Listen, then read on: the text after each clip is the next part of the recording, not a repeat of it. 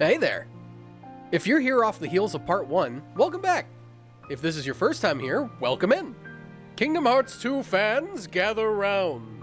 Because today we're going to keep the hype train rolling as I wax poetic about more innocuous things that are the reason I love this game so much almost 20 years later.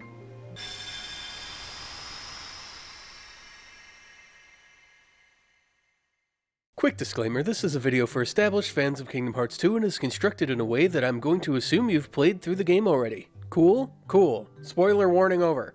Also really quick, if you like Kingdom Hearts or video essays about people gushing over their favorite things, do me a favor and hit these buttons down here.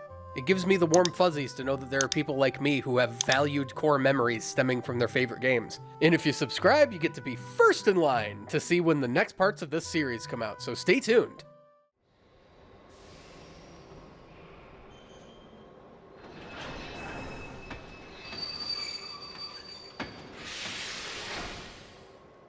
I recognize those ears anywhere. We finally get to meet Mickey after all this time? Wait, how did he even get out of the door to the light? No, you know what? It's fine. It's fine. We're showing, not telling. I'm sure the game will brief me soon enough.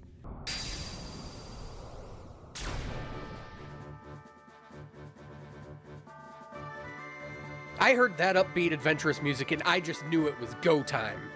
It's so good to see the band back together. Seeing that menu screen with our boys back put a giant smile on my face. It felt like it's been forever since our last adventure, and I was pumped. Looking at you, Kingdom Hearts 3! This is an appropriate amount of time to make your fans wait for a sequel. Take notes. Thank Naminé? No. We're gonna find Naminé. I gotta know where Roxas is, and I'm sure she has some answers. Homework? Spoken like a true 15-year-old. Knowing I was going to get to have a conversation with Mickey after spending the whole previous game looking for him, I don't even think I saved. I just bolted straight for the train station. I didn't even know for the longest time that you could run into Cypher's gang this early.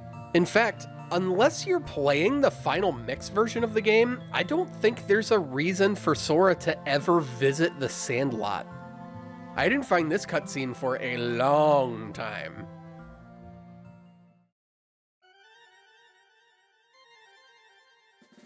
Oh, great. There's nobody's at the train station. Seeing more of these things after losing Roxas mere moments ago definitely stings a little. So it feels nice to take out some frustration on him. Oh, of course I'm getting Mickey blocked. One of the coolest things that could possibly happen to me at this point in my life. And the game says, no, we gotta point you in a direction before you start goofing off. Which in retrospect is actually pretty valid. Hayner and the gang seeing us off is a huge emotional gut punch. Is that my money pouch? So many questions that I hate that we have to wait until later to explain.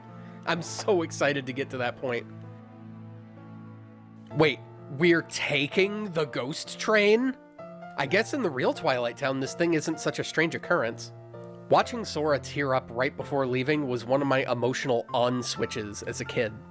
I knew that Sora, Donald, and Goofy don't ever really stay in one world for too long, so I knew I wouldn't be able to see these guys for a while, which hurt because, as stated previously, these are my friends. Those were my tears streaming down Sora's face, not his. Game. What are you doing? Please don't make me cry. The game is just starting. You know? This is not what I wanted to do when I woke up this morning, please. I'm sad. We'll be back. Yeah, we can visit Hayner and those guys again.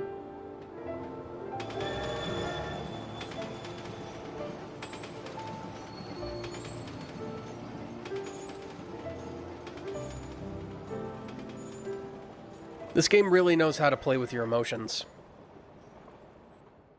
It also knows not to keep the sad button pressed for too long.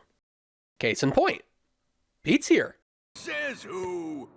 It's funny, given his history with Mickey, Donald, and Goofy, I'm surprised that we didn't see him in Kingdom Hearts 1. There was ample opportunity for it.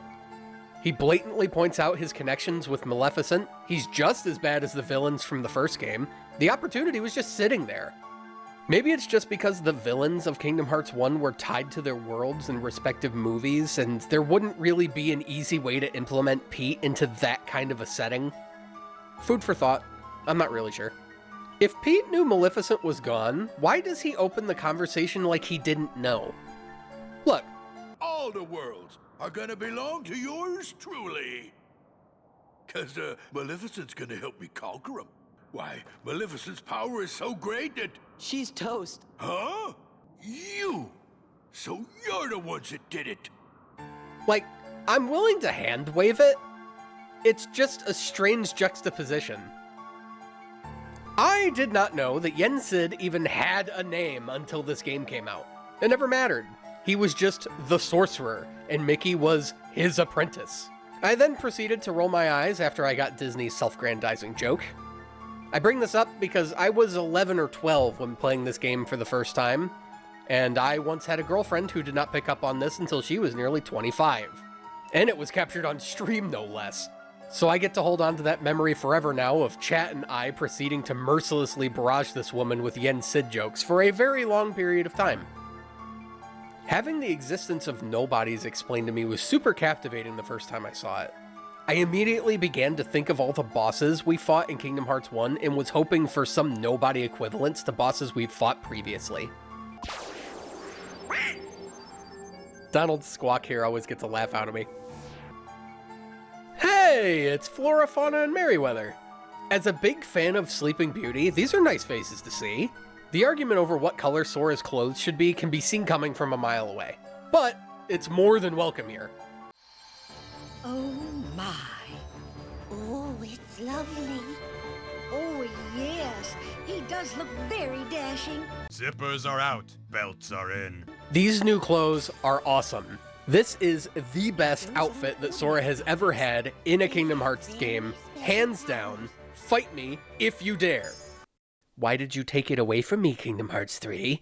We were already wearing it. Why did you have to change my clothes? Whoa!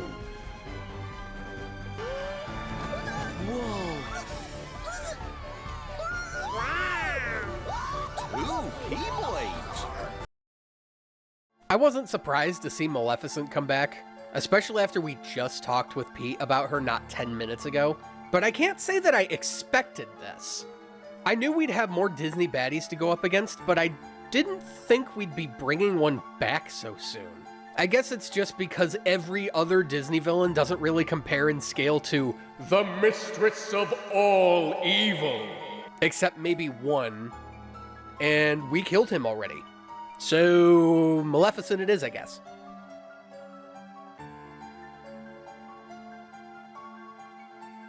Hooray! The gummy ship is back! Actually, the gummy missions are probably the single biggest improvement in the entire game compared to the first. I'll come back to this later when it becomes more pertinent, but I'm serious. These are awesome now.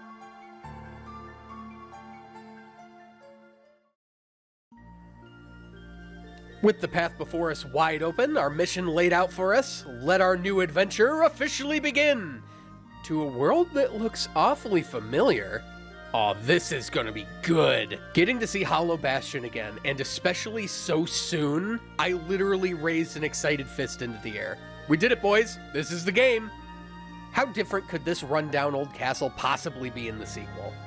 Let's find out, shall we?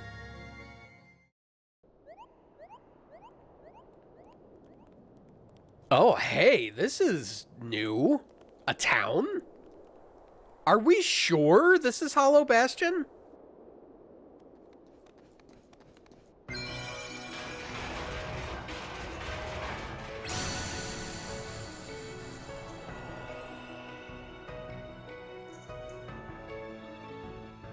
We don't get far before we run into a familiar face. It's Yuffie and... Game, I can see what you're doing here. Please don't act like 11-year-old me didn't see Advent Children the first opportunity I had. I think it's a really nice touch deciding to go with the Final Fantasy VII Advent Children for Yuffie's clothes here. This is just really nice.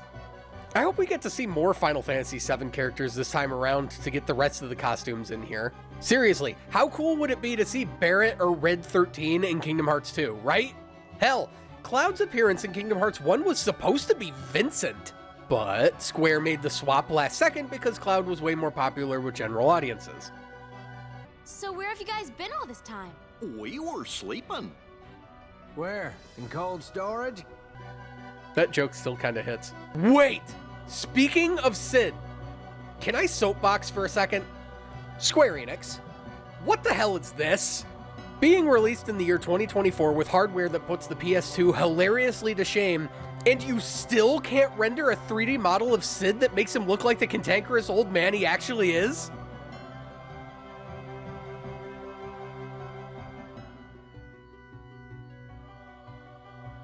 I don't want to live on this planet anymore. Let's go catch up with Leon before I do anything else to make myself feel old. Seeing the sea of Heartless outside Hollow Bastion Castle put things into perspective of how dire the situation is this time around. If what Master Yensid was right and we heavily cut down the number of active Heartless over the course of our first adventure, I'd hate to see what this looked like before. And those Organization 13 guys in charge, too. You called? And the hairs go up. The nobody fight alongside Leon is still really cool, but why did we have to fight in the Bailey? It's clear that the nobodies can get to and have been on the other side of the door. Hell, we even ran into some right when we met back up with Yuffie for the first time. What purpose does this serve except to close off the arena and give us a secondary objective in the fight? Not that I'm complaining. I swear, it looks like Leon is using the Force to slowly close the gate right here, and it just makes me chuckle thinking about it. Kingdom Hearts 4 prediction. Will we see a Star Wars world? Taking bets now.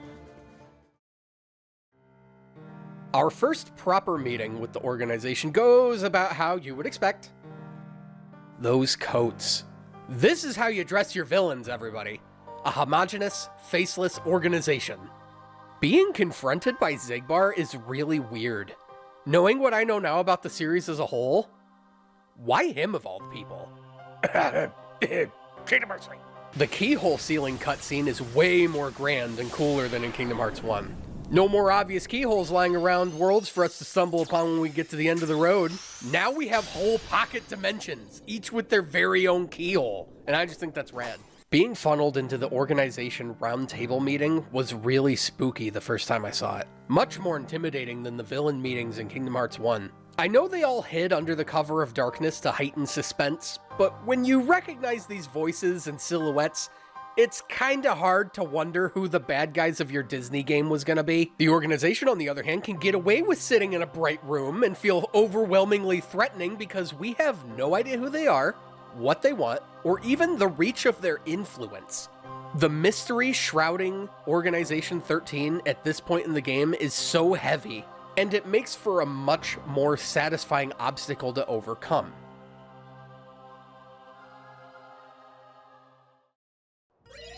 We weren't in Hollow Bastion for very long, and I think that's because it's a returning world. The devs likely kept it short and sweet for us so that we could get to the brand new worlds debuting in this game. No way! Beast Castle gets its very own location now. He doesn't have to share it with Hollow Bastion. And is that a world based off of Mulan? Oh, I know where we're going next. Time to pull out that pin I made earlier about the gummy missions because we're talking about it now! Gummy missions are way more fun this time around, considering the fact that they are completely optional provided you've done them at least once, with some exceptions. Compared to Kingdom Hearts 1, where gummy travel was such a chore until you get the warp drive, just because it was slow-paced and took too long, it was generally uninteresting unless you were interested in the gummy ship maker menu, which... no thanks! Kingdom Hearts 2's gummy missions were fast, high-octane spectacles with kick-ass music and a fun little grading system to make you actually want to engage with enemies as opposed to hiding from them on the sides of the screen somewhere. Look, I recognize that gummy travel accomplishes the same goal in both of these games, but it was handled so much better here, and I simply refuse to gloss over it. You have a lot more mobility and can fly around the screen faster. You can perform a barrel roll to try to avoid incoming obstacles or attacks. You can lock onto and charge attack enemies out of the gate as opposed to waiting until later when you can make your own custom gummy ships. enemies aren't just lazily drifting into you from the background. They're actually like coming around from all sides, and you have to be alert at all times as to what's going on. It's just, compared to Kingdom Hearts 1, gummy missions are way more fun in Kingdom Hearts 2. I don't think it's disputed, and if it is, it really shouldn't be. This is just my opinion, and it's probably a really cold take, but I actually didn't stop to think about how cool this actually was until I sat down to like write out this project for the first time, where I realized the stark contrast between gummy travel in both games.